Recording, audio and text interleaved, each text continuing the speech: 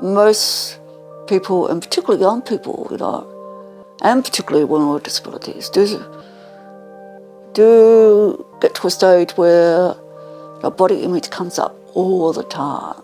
Even if they're not talking about sexuality, the body image is a hot topic.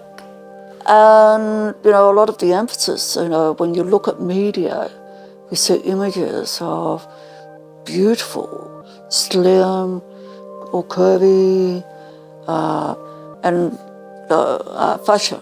It's all about the fashion.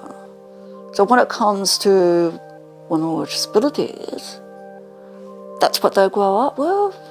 And the Barbie doll, that's what I grew up with. My body doesn't look like that.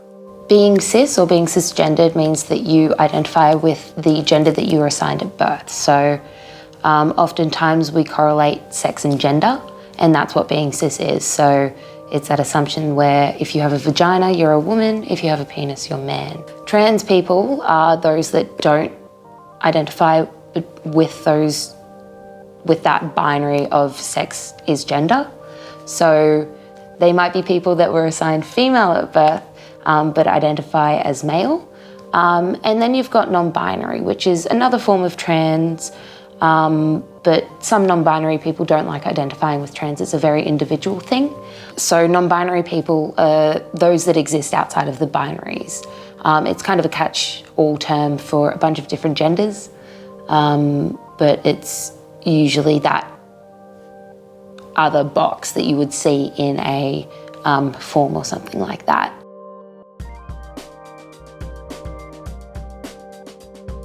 Parents have an absolute right to have their children, in their own home, by their side instead of being taken away. A lot of parents don't get it. They're afraid of having their children taken away. So we really push for the rights of parents to have their children. Between my OI and choice spina bifida, we chose not to have children. It was just too much of a risk. The fact that we have so many health issues and so much going on, health-wise and disability-wise, that we chose not to. It was just not in our best interest. In saying that, everyone is different, and I have friends with disabilities that have children and they've coped very well. However, again, everyone is different. We just chose not to go down that path.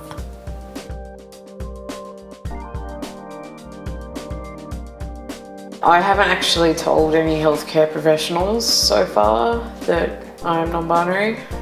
I have been accessing healthcare partially because I'm non-binary though. Like I recently, how long ago was it? A couple of months ago, got tubal ligation surgery, which I presented to my healthcare professionals as because I never wanted children, which is very, very true. But I think part of the reason I wanted it was because no matter how good my contraception was, I was still fertile. And that was not, I don't think that was congruent with my image of myself or my gender identity or any of that. And I know if I had brought up that it was to do with gender stuff, it probably would have been even worse.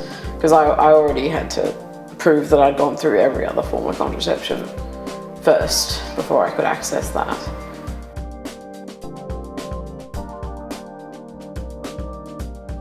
When Belinda said, we're going to do your full frontal removal, the first thing I said, well, you have to tell me when. I can go to the gym, so I can shave my legs, shave my armpits. And then I thought, I don't do that anyway. So, but once I was flipped off, it was like, this is not so bad. And then when she showed the photo, it was shown for the first time at the Gay Games in Sydney, 2000. And there were people walking around and they come up and they walk past and say, nice bod. I go, anyway, thank you. Okay.